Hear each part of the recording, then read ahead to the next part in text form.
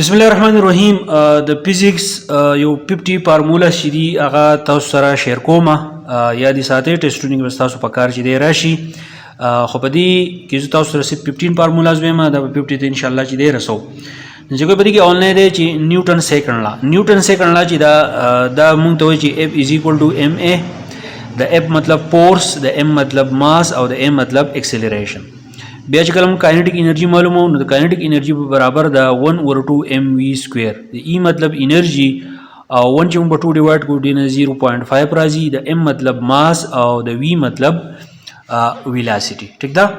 بیا زموږ سره پوتنشل انرژي دا نو پوتنشل انرژي دا هغه برابر د Phe = mgh د P مطلب Pe مطلب پوتنشل انرژي د M مطلب ماس او د G مطلب د ایکسلریشن ډیو ټو گریویټي او د H مطلب د هایټ مومنټم چې موږ معلومو نو دا موږ د فارمولا سره P = mv P برابر دی د مومنټم M مطلب د ماس او د V مطلب د ویلاسټي ٹھیک ده بیا زموږ سره د ورک نو ورک چې زموږ سره دی نو W = د دې فارمولا دا W = F × D × cosine ٹھیک شو نو work is equal to F मतलब force the D मतलब distance और the cosine मतलब से cosine of angle between force and direction of motion से कोई बिया heat of fusion they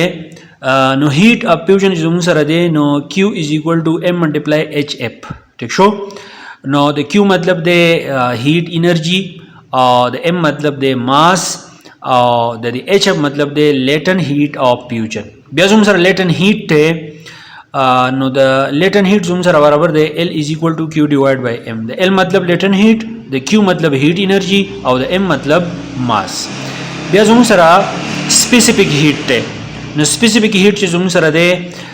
Naga Q is equal to mct या दी ते चीदे मुंगा change चीदे आगो तो वायो delta चीदे आगो तो वायो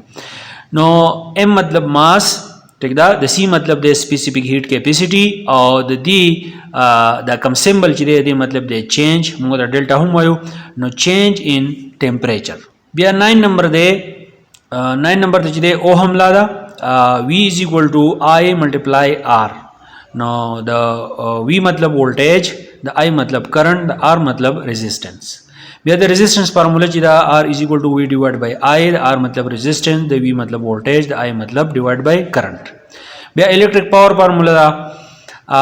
नो दा जोम सर सदा P is equal to V multiply I the P मतलब पावर the V मतलब वोल्टेज और the I मतलब करंट बिया जोम सर फ्रीक्वेंसी दा पदी के सिंबल चिदे इस्तेमाल शवे दे F is equal to V divided by द सिंबल लेनी दे तमंगा द सिंबल चिदे वेवलेंथ दा पर इस्तेमाल की ना frequency is equal to the V मतलब दे वेव स्पीड और द सिंबल मतलब दे वेवलेंथ बिया रिफ्रैक्टिव इंडेक्स थे नो N is equal to C divided by V refractive index formula दा and refractive index is equal to the C मतलब दे स्पीड अप्लाइड इन वैक्यूम और बिया जोम सर कम V चिदे नो स्पीड अप्लाइड इन मीडियम ठीक है बिया 14 नंबर दे सेंट्रीपिटल फोर्स नो F is equal to M multiply V square divided by R बिया आखिर के जोम सर टॉर्क थे no T is equal to F multiply R multiply sin theta नो कबड्डी की सी ज़माने मिस्टेक शोए आगता सुपर कमेंट की चीज़ें ज़रूर टिक गई और जान सर नोट के थैंक यू